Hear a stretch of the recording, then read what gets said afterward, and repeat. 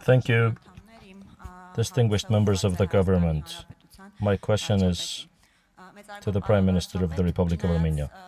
Honorable Prime Minister, even though official Yerevan has repeatedly stated that the Republic of Armenia has no territorial claims in its constitution to any country, and despite the fact that the Constitutional Court of Armenia adopted a decision which also legally substantiates these assertions, we continue to hear from Azerbaijan in response claims that nevertheless there are territorial claims and that they expect that the Republic of Armenia should change its constitution.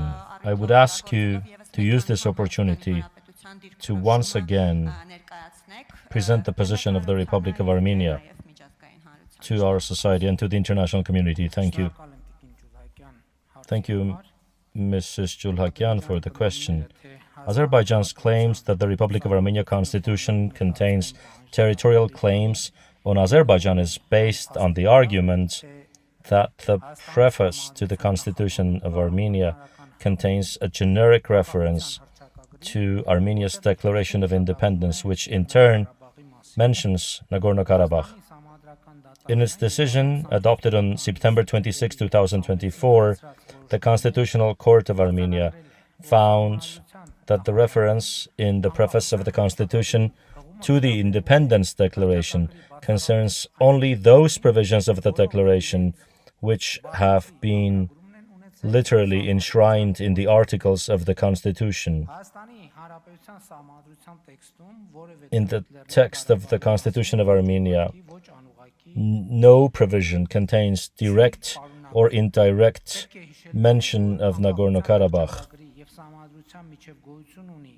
There's a clear hierarchical difference between the Constitution and the Declaration of Independence in terms of the adopting entities. The Declaration of Independence was adopted by the Supreme Council of the Armenian Soviet Socialist Republic as a state body of one of the 15 Soviet republics, whereas the Constitution was adopted by the sovereign people of the Republic of Armenia as an internationally recognized independent state. So this is the first argument. Secondly, the preface to Azerbaijan's constitution contains reference to the Constitutional Act adopted on October 18, 1991. The Constitutional Act, in turn, refers to the Declaration of Independence of the First Azerbaijani Republic, adopted on May 28, 1918. The Declaration of the First Azerbaijani Republic, in turn, notes that the First Azerbaijani Republic includes Eastern and Southern Transcaucasia.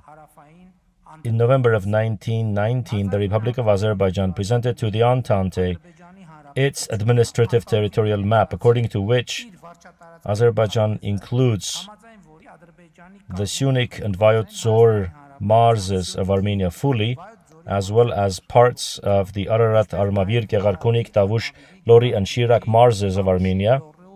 So, in total, around 60% of Armenia's current territory. Thus, with these references, it becomes obvious that Azerbaijan's constitution contains territorial claims on the Republic of Armenia. The Republic of Armenia, however, is not raising the question of changing Azerbaijan's constitution due to two reasons.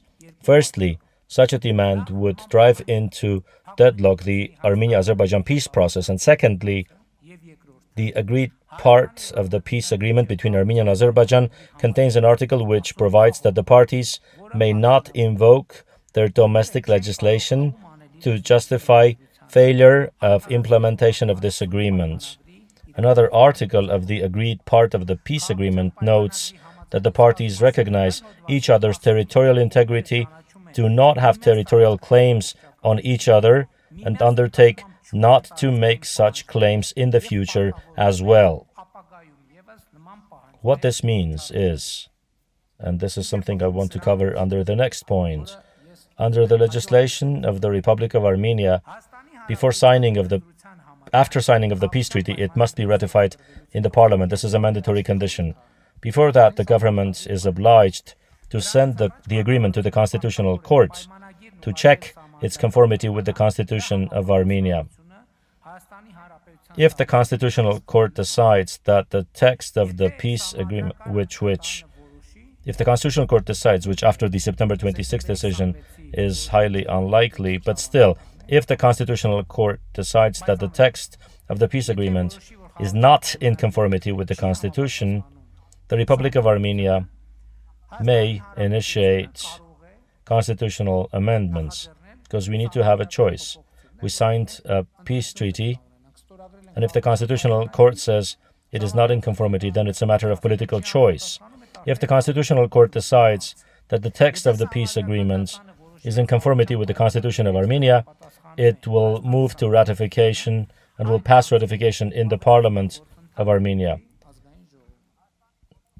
According to that, under paragraph 3 of Article 5 of the current Constitution of Armenia, in case there's an inconsistency between ratified international treaties of Armenia and laws, the international treaty provisions shall apply. Thus, after ratification of the Armenia-Azerbaijan peace agreement in the Parliament, the agreement will have prevailing legal force over the Republic of Armenia laws and other normative legal acts, which logically concerns also, in a mirrored way, Azerbaijan. And this is the reason, among other reasons that I mentioned, why